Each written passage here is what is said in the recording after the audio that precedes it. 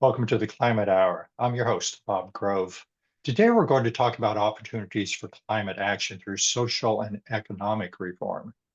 We spend a lot of time worried about the effects of climate change on our socioeconomic structures, things like our homes, our lifestyles, how we work to support ourselves. But what about the other way around? Shouldn't we be worried about how our social and economic activities affect climate change? After all, it's our activities that determine our energy and land use. Energy and land use determine climate emissions, and emissions affect our social and economic development. Clearly, our socioeconomic structures and climate change are tightly linked together. One of the major drivers of climate change is perpetual economic growth. During periods of economic recession, emissions drop. For instance, the Great Recession of 2008 produced an emissions drop of 9.9% in the US. In contrast, the COVID pandemic of 2020 produced an emissions drop of 7%, less than that of a comparable economic downturn. Now, clearly, none of us want to live through recessions or a pandemic to address climate change, but analyzing these events shows how tightly our social and economic structures are linked to the climate crisis. The question is, can we modify our behaviors without an economic crash? Can we embrace social and economic reform to live a sustainable life and bring an end to the climate crisis? We're joined today on Zoom by Dr. Juliet Schor. Juliet is an economist and sociologist at Boston College, where her research focuses on work, consumption, and climate change. She's a graduate of the Wesleyan University and received her PhD in economics at the University of Massachusetts. Before joining Boston College, Juliet taught at Harvard University in the Department of Economics and the Committee on Degrees of Women's Studies. Dr. Schor is a former Guggenheim Fellow, a former Brookings Institution Fellow, and has received the American Sociological Association's Award for Public Understanding of Sociology, the Herman Daly Award from the U.S. Society for Ecological Economics, and the George Orwell Award for Distinguished Contributions to Honesty and Clarity in Public Language. She served as a consultant to the United Nations, at the World Institute for Development Economics Research, and to the United Nations Development Program. Juliet is the co-founder of the Center for a New American Dream and on the board of trustees for the Better Future Project. Her recent books include After the Gig, Plenitude, Born to Buy, The Overspent American, The Overworked American, and her latest book, 4 Days a Week. Hi, Juliet. Hello, nice to see you. As both a sociologist and an economist, can you explain to our listeners how social behavior and economic activities influence each other? Absolutely. So they're very tightly linked. You've already mentioned some of the issues, which is one has to do with the scale of the economy. And when we produce more, we tend to have higher levels of greenhouse gas emissions. Carbon emissions particularly are sensitive to the size of the economy. But there's also the question of sort of what it is that we're producing, and the flip side of that, of course, is what we're consuming. So one of the things I've spent a lot of time thinking about is how work time affects carbon emissions, how it affects the way we live our daily lives, and sort of how household behavior changes with changes in time budgets, and of course, how changes in working hours affect the scale of the economy. And then there's a whole other side to this. You mentioned some of my books, or most of my books. The Overspent American was about the ways in which social comparison and competition to sort of keep up with rising living standards and affects, what people do. And so that's a kind of the whole social dimensions of what we want, what we work for, what we spend for. All of those things are key. So, I mean, I suppose as a person who's both a sociologist and an economist, I'm working on the intersection of those things, which is that, they are very, very intertwined. In fact, in some ways, everything economic is social and everything social is economic. That's very true. In my research, I keep finding reference to this concept of socioeconomic structures. Define that for us. I mean, what are those structures? Well, that's the idea. I mean, in a way, it's just that same point that I was making. The Mhm. idea that all the structures of social life have both socio and economic dimensions to them. And so rather than just call them economic structures, which might make them seem like they're immutable or natural or somehow different from human intentions, because there's a way in which the economic discourse, uh, to some extent, has kind of veered off into that naturalistic realm. For example, people talk about a natural rate of unemployment, or there's a school of economics that wants the economy to think about the economy like nature, right? As if it were not something that humans have constructed and are constantly transforming and changing and so forth. So by putting that socio into the terminology, it's an attempt to remind people that actually humans construct all of these economic structures. So the idea of a structure, I mean, it's like how we work, going to work Monday through Friday. That's a structure. Um, our homes, suburbia, single family homes versus multifamily living. Those are different structure models of social Right. economics. So we think it's structure, by structure, we just mean something that's regularly patterned. So as you say, Yes. it might be time use patterns, or it might be spatial, the patterns of the way we use space. So an urban structure versus a suburban structure and so forth. Yeah, structure, um, by structure, we're talking about things that aren't just one-off random, right? They're things that are regular, they're repeated, they're more predictable and so forth. Not, of course, structures do change, but the idea that, a lot of what we social sciences study are those regular patterns. And just to help clarify for our listeners, because we spend a lot of time talking about individual action, things we as individuals can do to affect our climate footprints and such. When we talk about these large structures, we're talking more about communal reform, governmental changes, things like that. Typically, or other institutions can make changes. But in our society, I mean, there's been a lot of emphasis on individual action when it comes to the climate crisis. And I think, most of us who've been in this world for a long time recognize that individual action is not a solution. It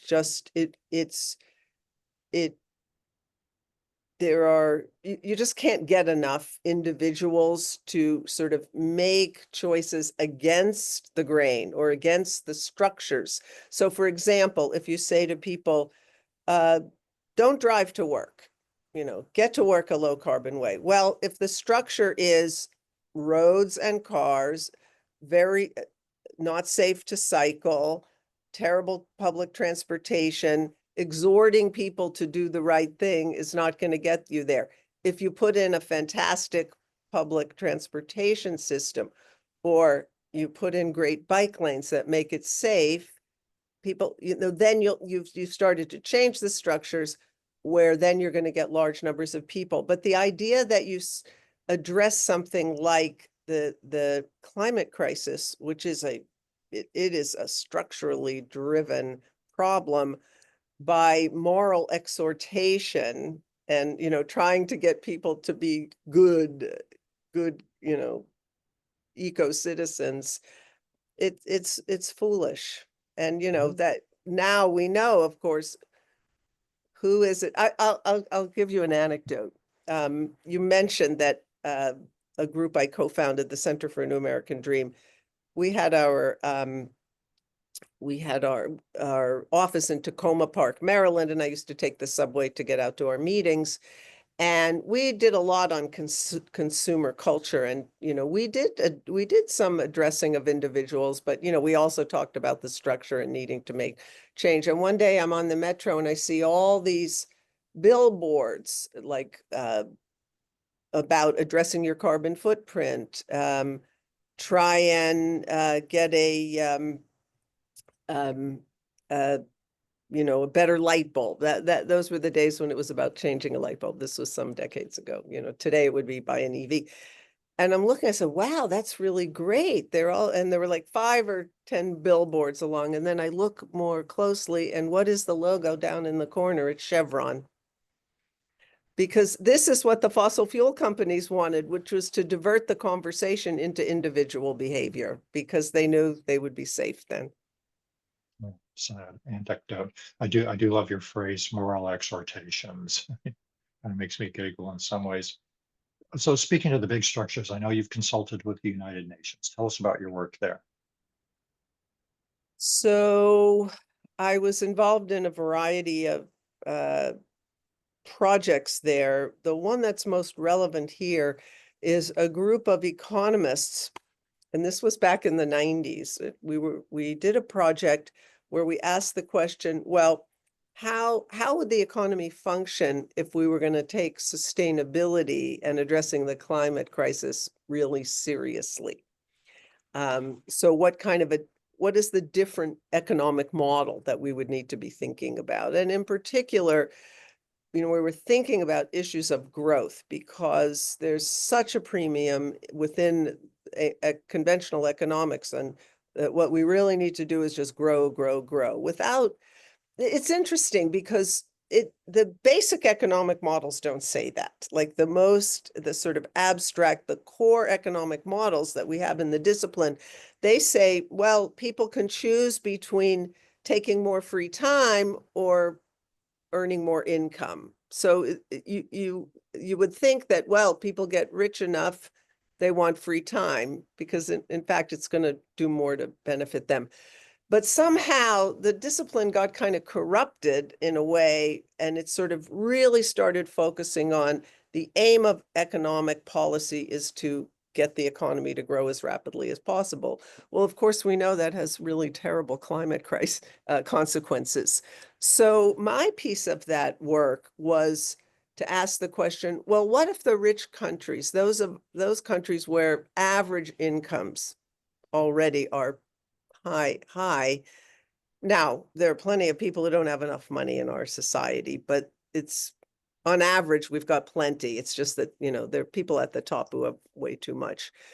What if we tried to reduce our eco footprints, reduce the impact that the rich countries are having on the world? After all, we're the ones who originally are the legacy carbon polluters and so forth. And so much of the damage that's been done has come from the wealthy countries.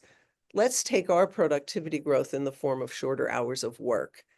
That'll have a big, positive impact on the environment, because we're putting fewer environmental pressures, much less in the way of carbon emissions. And I've done a lot of research showing that countries with shorter hours of work tend to have lower carbon emissions.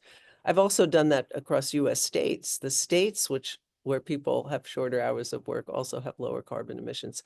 So that's what that project was about. It was going to try and sort of rethink how we think about the economy. And that project was taking place in the 80s and early 90s. Since then, of course, there's a huge field of work called degrowth or post-growth, lots and lots of people working, but we were one of the early projects, UN projects, that were trying to figure that stuff out. Well, that was early. We just had an episode on degrowth a few months ago. Even now the UN's Intergovernmental Panel on Climate Change, the IPCC, their latest assessment report addressed work time reduction.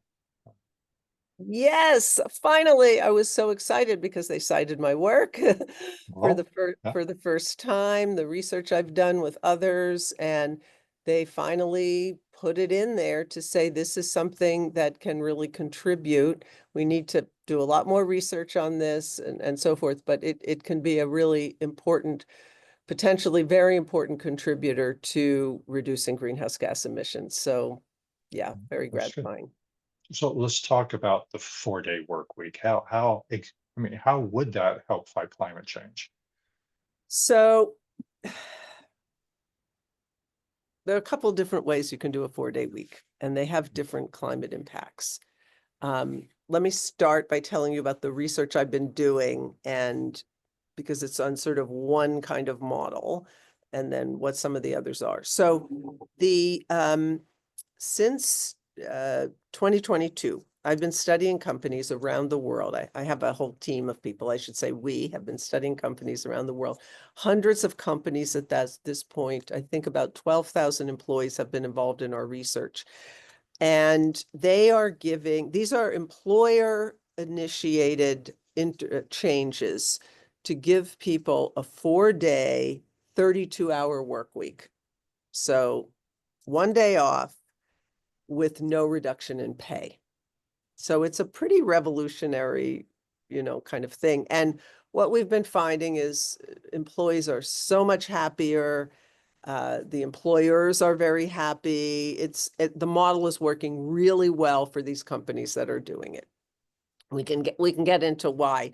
But so one of the questions that we've been looking at, in addition to studying worker well-being and the experience of work and what's happening, the companies, how they're doing and so forth, is we were interested in whether or not it's going to have an impact on carbon emissions.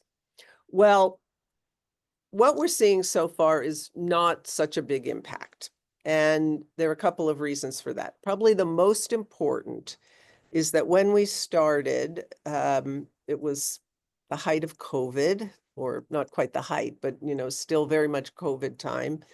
And so many people were still working from home. So the original hope for a 4-day week, and there's some evidence about this, is that when people go from 5 to 4 days, they commute one fewer day.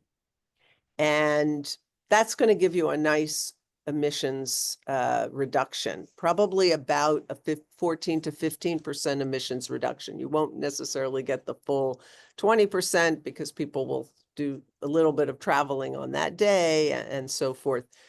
But we had so many people we have 25% of our companies are fully remote. So there's no emissions reduction there because there's no commuting. And almost all of the rest of them are hybrid, and people were basically staying home a lot. We only have about 6% who are full on-site companies where people have to come, they can only do the work at home. Now, if we were to expand this model and we had many, many more companies that are on site, you would see that nice reduction from the commuting. So that's one thing you can expect if you're going, if the 4-day week is for people who are on site. Not too much else changed also because people had the same income on the 4-day week. Now, historically, people who go from a 5 to a 4-day week had a 20% reduction in income. So typically people are trading income for time. And that's one of the big ways that shorter work time affects emissions, because instead of taking more money and more hours of work, people work less and get more money, or less money, excuse me.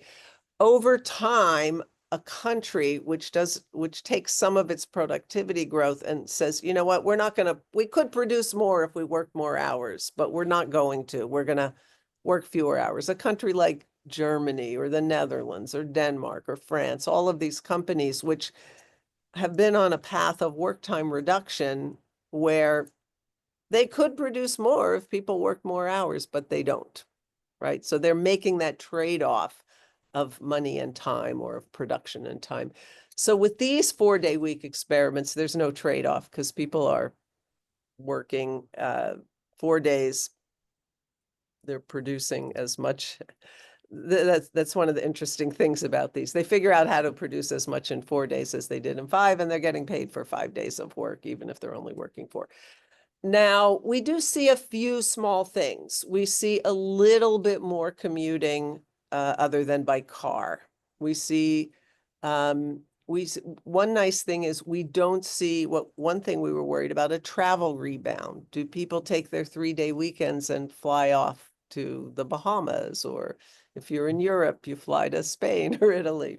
That's not happening. So that's a good thing. But, you're also trading, emissions in the workplace, the lights, the heat, the air conditioning. Well, people are in their homes more on those days off, so they're using energy there. So it's there might be a little bit of a reduction from this particular program. If you expanded it to the economy as a whole, I think you're going to see more impact. So you're saying they're not having a salary reduction. So I guess that's my question. We're talking about salaried employees in these scenarios. What And about hourly? hourly, both, because you So have. if they're working less hours, isn't that a reduction, or is it implied that they're going to get more per hour in a Yes, 4-day work week? this whole intervention that we're studying, in order to be part of this program, you cannot reduce people's salaries. So it's 4 days, full salary. There's an entrepreneur who started the NGO that got these going. We call them trials or pilots because it's groups of companies doing it together. Now, of course, many companies are just doing it on their own, but he called this model the 100-80-100, 100% of the money, 80% of the time, but you have to produce 100% of your work. And he thought it would work because he'd seen statistics saying that office workers actually have slack in their day. They could compress their work week and get it all done. And he said, well, let me try it. See if my people can get everything done in 4 days and they'll be happier and they'll get that day off. And of course they loved it and it worked. So he started an NGO. We started, organizing these trials. My team was brought in to do the research. And that's it. But the fact that income isn't changing is really key to emissions, because in the long run, the power of work time reduction to reduce emissions is going to be because people forego additional income and instead take that productivity growth in the form of shorter hours of work. And where this is so important today is with AI, because AI is promising within the workplace big productivity increases. And what are we going to do with those? Are we going to give people a break and give them some time off? Or are we just going to try and produce more and more and more? Or are we just going to lay people off? I mean, that's Yeah. the big, we've got that big question in Big front of us. question, big discussion. You're talking about your research group. That's the 4daysaweek.com My research group is at Boston College. at Boston College. It's colleagues and graduate students. So we have collaborators at universities in many other countries, Sure, because these sure. trials have been going on in many countries, and they're all following or not all, but most of them are following our research design and our surveys. And so we're compiling a big database with all of the companies and the employees who've been part of this. It sounds like, obviously there's a lot of social benefits to the 4-day work week. I'm hearing less benefits in terms of just hardcore climate mitigation. I know some of the trials I've seen online, I've been reading about. I know in the United Kingdom, they reported one of these trials, and the stats that came out of that was what staff felt a 39% reduction in stress, 55% increase in productivity. So that's what you were talking about. 65% reduction in absenteeism. And the stat that I thought was really interesting is that 92% of the companies in the trial chose to continue the 4-day work week after the trial was over. Is that typically the kind of numbers you're seeing? Well, that is our research. The That UK is your research. that's one of our trials. So we have found that we also look past the 6 months. So there's 6-month trials. At 1 year, 90% are still on the schedule of the 4-day week. Yes. So they're really remarkable. We've got something globally, 69% of people who participate in these trials have lower levels of burnout. They have better mental health, they have better physical health, they have lower fatigue, they sleep better, they sleep more, they have more positive emotions, fewer negative emotions, less anxiety, higher levels of satisfaction across most of the satisfaction realms, less work-family conflict, less work-life conflict, more work-life and work-family balance. So we have 20 well-being metrics, and they all show significant improvement. So yes, it's a huge, huge boon for people. In my book, 4 days a week, I have a chapter looking at all of this, and also just the stories of people. Some of them are just really just heartwarming stories, like one man who, because he had Fridays off, he went to the doctor to see about, something small that he wouldn't, he said he might not have gone if he didn't have the day off. Well, it turned out he had cancer, and he caught it early and he was fine. Women who now say they can get pregnant now, people who are able to get off their anxiety medications, people exercising more, people getting to see their children, or fathers talking about how they can parent a new baby. I mean, it's just the number of people who say this is the best thing that ever happened to me. This is transformational. And that's the word, life changing, over and over. That's what we hear. This is not a sort of small thing that gives people just, a little bit easier life. I mean, it's a really major improvement in people's lives. The other thing I want to say about the climate question is, I think that you're absolutely right. This particular trial that this form of a 4-day week and a work time reduction that we've been studying doesn't have a dramatic impact on emissions, largely because of the lack of commuting in the population we're studying.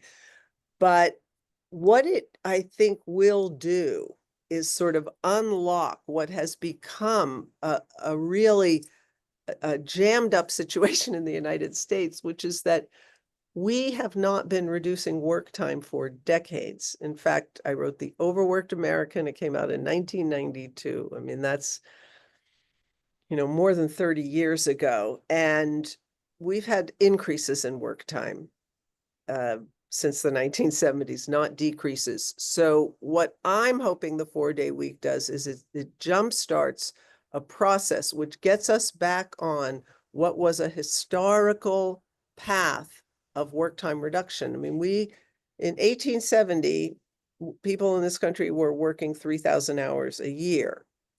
And we got that all the way down, I mean, nominally to 2,000, even on average below that.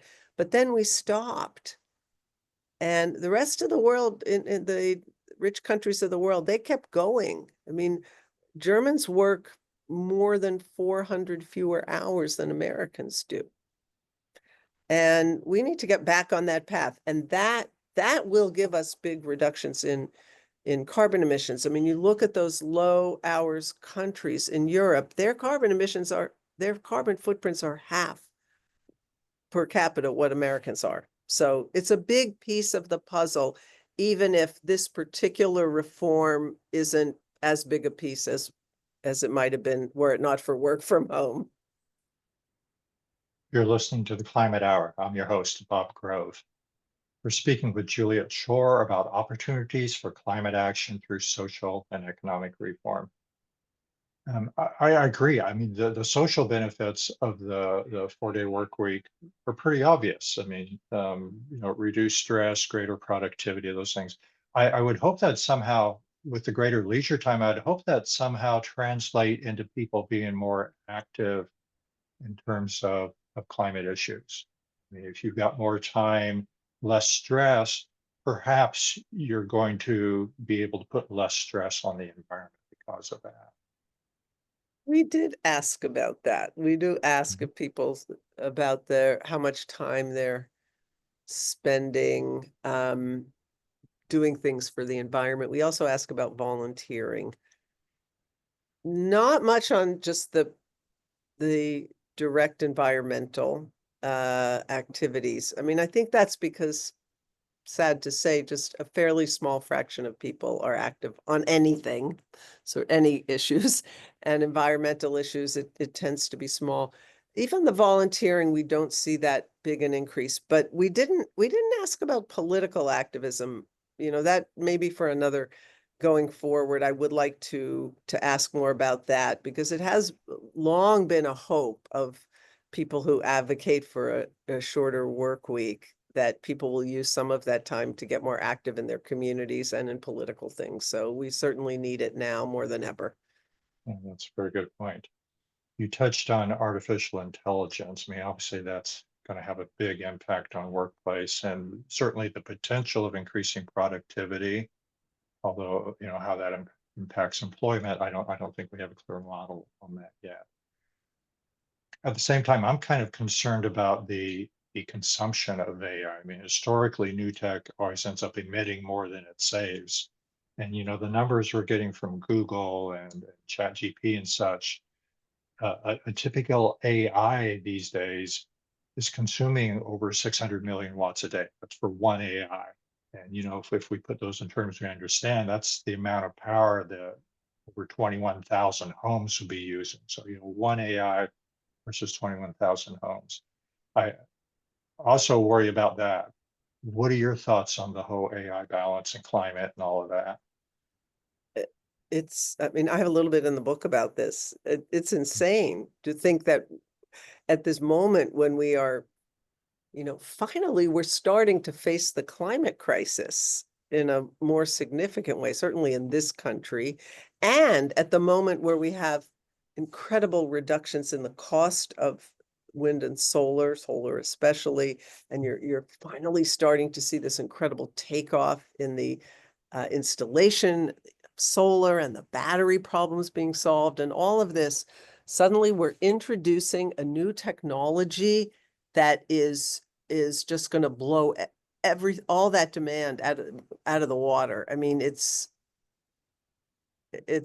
ecocidal, and we're just not, it's just not being taken seriously. It's just all magical thinking that we're going to be able to have all this AI. Now, granted, they're going to probably figure out some ways to reduce the energy requirements of AI. I mean, already you can see that in, some of the models that use a lot less. But the fact that we developed this technology with zero attention to what its energy requirements would be, and so it's just an incredibly energy wasteful technology at this time. And there's just this sort of a tremendous hype and about this technology without really considering this impact. I mean, there's some talk about it, but basically it's hand waving and ignoring the energy requirements of the technology. So it's very, very serious, as well as all the other, problems with the technology. There are many. We're just doing a really, really poor job it of paying attention to the full picture here. I mean, and in a way, it's like the Industrial Revolution, where Britain went on to coal and everybody else followed, and nobody was paying attention to what the impacts of it would be, whether, first in that incredible air pollution and, that was killing people in Britain because the air got so bad from burning all that coal, to eventually, of course, greenhouse effect, climate crisis and so forth. So we don't have a good track record of sort of thinking about the full picture of technologies. We're running yet again headlong into a technology that could have some really, really serious bad impacts. Let's talk about some of your other research areas. Talk about connected consumption. I mean, what is the new sharing economy and how is that affecting us? So I got into the sharing economy in during the Great Recession. I had written, what was the book I wrote before that? There was a book on marketing to children, and I was doing a lot of work on sustainable consumption and, trying to kind of think about what leads people to do more sustainable consumption, what leads people to become activists, ecological activists. And I, the Great Recession happened, and just nothing was going on climate change. And George Bush was the president, and I was kind of despairing about the government doing anything anytime soon.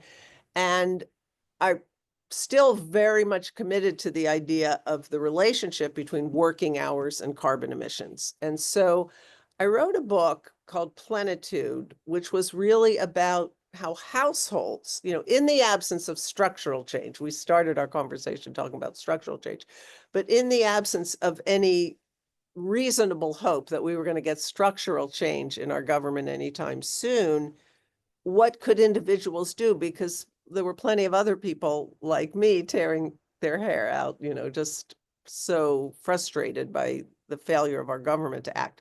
So that book was about how households could live differently, and people could work fewer hours in sort of corporate jobs or, kind of conventional jobs, and they could have a higher quality of life because they'd have more time. And then the question of, well, how could they keep their consumption requirements, the amount of money that they need, how could they keep that under control? And this was a period of time when a lot of people were getting into like gardening and do DIY, do it yourself, and so-called self-provisioning and so forth. And with that 2008 recession also came what was known as the sharing economy. And in those days, one of the things that the book is about, it was kind of the incredible growth in cheap goods, imported manufacturers coming into the United States. And I started with apparel, something I've always been interested in. The average American was buying 70 new pieces of apparel every year right before the crash. One new piece of apparel every 5.3 days. And so suddenly people didn't have jobs, they didn't have money, but they had tons of stuff. And so you started to see all these websites popping up where people could swap stuff. This was an era of clothing swaps and book swaps and ThreadUp, which by the way is a 4-day week company that you could send your old clothes in the mail like Netflix used to be with the discs, and get somebody else's an envelope full of somebody else's clothes that they didn't want.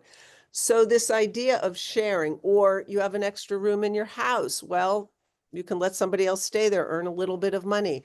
Or you're driving somewhere, you could take a passenger because there's a nifty little app that could, you could find out where they are and you happen to be going right past where they are. That's how Lyft started. It was the idea that people who had room in their cars when they were driving somewhere could take a passenger.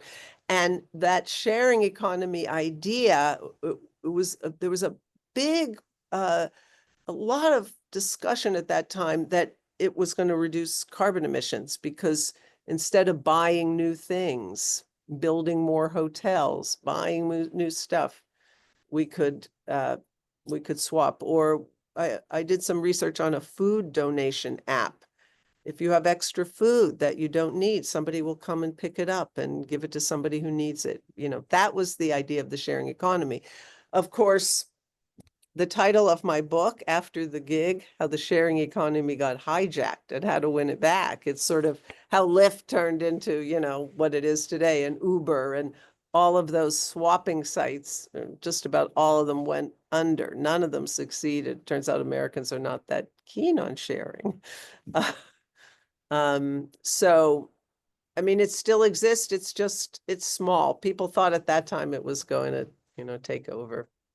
So that kind of existed as a bubble. It kind of came, did its thing, and didn't succeed in Yeah, longevity. I mean, it's still there. One of my students did a wonderful study of what are called buy nothing groups. So groups that try not to buy new things. They're all linked online. She studied some big ones, 1,000-person groups, where if you have something you don't need, you put it out there and somebody gets it. So those things have actually been growing, but not to the extent that they're really taking over and supplanting the purchase of new. Or, ride sharing, as it used to be called, turned into basically taxi services and pulling people off public transportation, or, Airbnb. Maybe we're not building as many hotels, but people are flying all over the place because for a long time, it was a lot cheaper to use an Airbnb. So the two biggest pieces of the sharing economy were Airbnb and the ride, quote unquote, ride share. We call it ride hail now. Those are both two services that made carbon intensive activities much cheaper. Well, I mean, I was arguing from the beginning, this is not going to reduce carbon emissions, because if you make it cheaper to drive be in a private car, people will do more of it. If you make it cheaper to travel, people will do more of it. And that's, of course, what we found. I know you worked with the MacArthur Foundation's project on connected consumption. That inform anything differently? Yes, well, that was the title of my research on I see. the sharing economy, and that I did 8 years on that work, and then pivoted to studying what those sharing sites became. The food delivery and the ride hail and Airbnb and so forth. So we're talking about consumerism. I mean, talk more about consumer culture. I mean, how do we address something like overconsumption?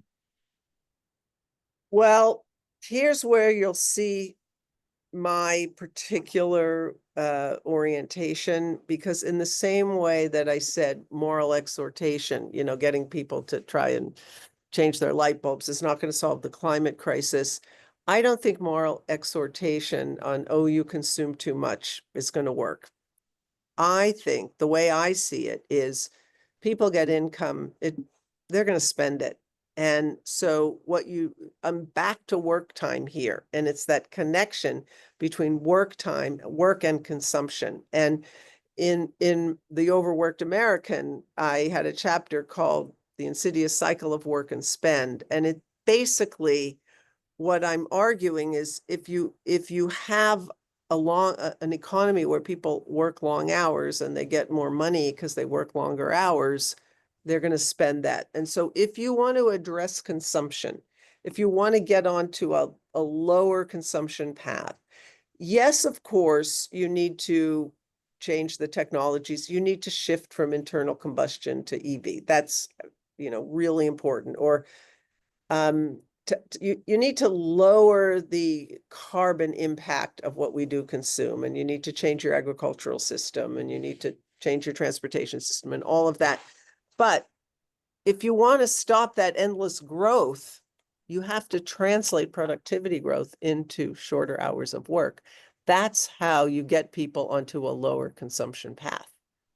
But you're giving them something very valuable in return for their consumer spending not going up as much, which is you're giving them all that free time. And it creates a lot of well-being that we can see from our 4-day week studies.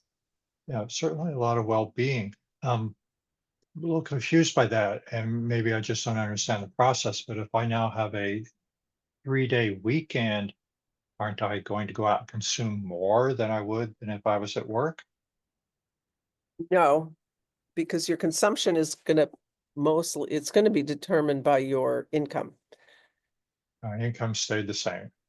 The Yeah. extra You- time. So I mean, and this is your study, and this is my question. So when we have more free time, does that increase or, I mean, how does that affect consumption if we have more free time? Well, every hour for any given level of income, if you have more free time, hour, any given hour of any given hour has lower consumption per hour because you just have more of it and your income stayed the same.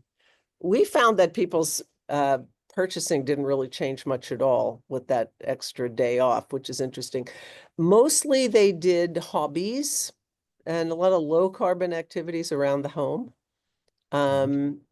So this is where what we were really worried about was that travel rebound. Um, and we're not seeing that, which, I mean, I think that's probably the biggest thing to worry about.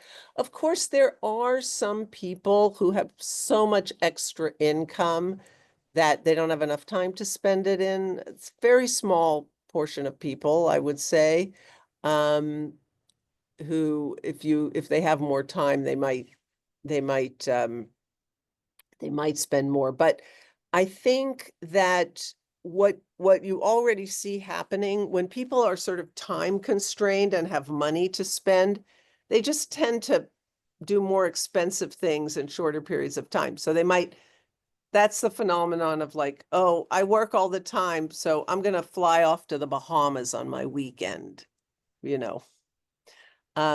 But it reminds me of the Europeans. I lived in Europe for a couple of years. The Europeans with the really long vacations, they have like 6 weeks of vacation, 8 weeks of vacation. They camp. They have kind of elaborate tents, but in caravans or RVs or something.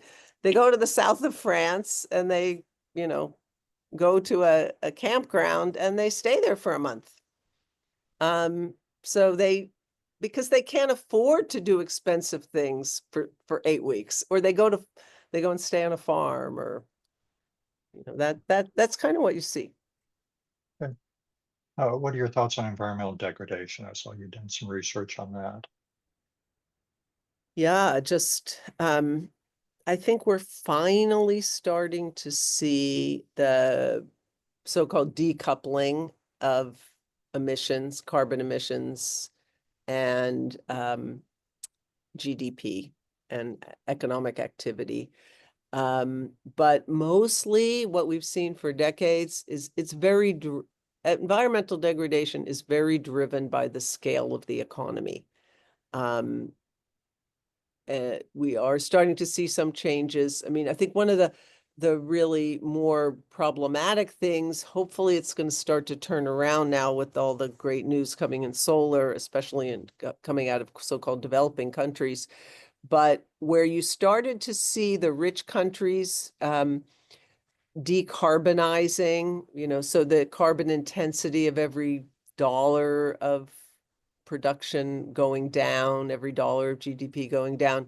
In the rich countries, it's for decades been getting more tightly coupled, right? So as they get more energy intensive economy, and that has been fossil fuel energy until right now, until just very recently, where you start to see, you're seeing some big declines in fossil fuel use in places like China, Pakistan, actually California too, where you have that big decline in gas use over the last year. So a key thing is to delink the production and fossil fuel use. We're finally making some progress, I think. Of course, Trump wants us to, go back to using coal. Are there other alternative sustainable economy structures that we could look at? Well, there are some countries that are much more, have much lower eco footprints and carbon footprints than the United States. We are a very profligate nation in terms of resources. I mean, we have incredible resources and we have had all these fossil fuel resources and we've used them very profligately. We have giant houses and giant cars and we have sprawl and all of these things which lead to us having a, about twice as high a carbon footprint as other countries with comparably wealthy populations. Japan's a really interesting one. Japan has had a very, kind of a long-term focus on just much more sustainable lifestyles for a long time, although paradoxically, very long working hours until recently. Americans work more hours than the Japanese now, which may not surprise young people, but for those of us who have been around longer, Japan was the workaholic country, when I wrote The Overworked American. But they have a long sort of long-standing, starting from the early modern period, Tokugawa Japan, when they were facing a crisis of deforestation, and they had a major reforestation effort, which actually worked. So Japan's an interesting one. I think the wealthy European countries in many ways. And then, of course, you can go to poor countries and you see a whole range of highly sustainable practices. I first started going to India in the 1980s. I'm married to an Indian. You didn't throw your newspaper away because somebody came by and bought it. Nothing got thrown away. There was no, I mean, this is all changed now, but there was no plastic that, people just weren't using plastic. They weren't working long hours, and they were, people were using bicycles. I mean, there are just a lot of ways in which everyday life was much, much more sustainable. And of course, Americans have gotten far away from a lot of those things. I keep seeing reference to political consumption. Can you talk about that?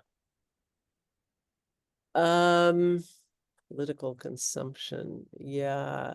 I think it's means something connected, sort of the political media that we consume, and I don't know. It's not an economic term, Okay, it's not something that has an emissions dimension to it. okay, It's sort of that's fine. I was just curious. the politicians that we follow, or that kind of thing. It's really more in the media. Okay. So addressing politics a little bit, and I feel like climate is nonpartisan, at least it should be. But we're certainly seeing an administration today that doesn't believe in climate change. Is reversing a lot of the things we're talking about in terms of renewables and such. What are your thoughts on that? Well, I mean, this administration is doing everything possible to stop the the decarbonization of the global economy. I mean, we are well on our way to going off fossil fuels and on to renewable energy, solar and wind, most particularly, maybe some geothermal and some hydro and so forth. It's not just this administration, though. I mean, they're the most egregious, but the GOP has been involved in the process of protecting and promoting the fossil fuel industry for many, many decades. And the Democrats were kind of mixed on this for a long time, because you had a lot of Democrats taking money from fossil fuels or coming from states which had a lot of fossil fuel production. And that has finally changed. I mean, the Democratic Party has, particularly now that Joe Manchin is out, the Democratic Party has finally pulled itself pretty much all the way over onto the other side, and is no longer in the pocket of fossil fuel. I mean, this is the, has been the most powerful and wealthy industry in this country, since arguably, early 20th century. And it has driven so much in this country. It's driven our foreign policy. It has driven, it's why we have bases all around the world. It's why we have had multiple wars in the Middle East. It's this is a toxic product that kills millions of people every year through air pollution.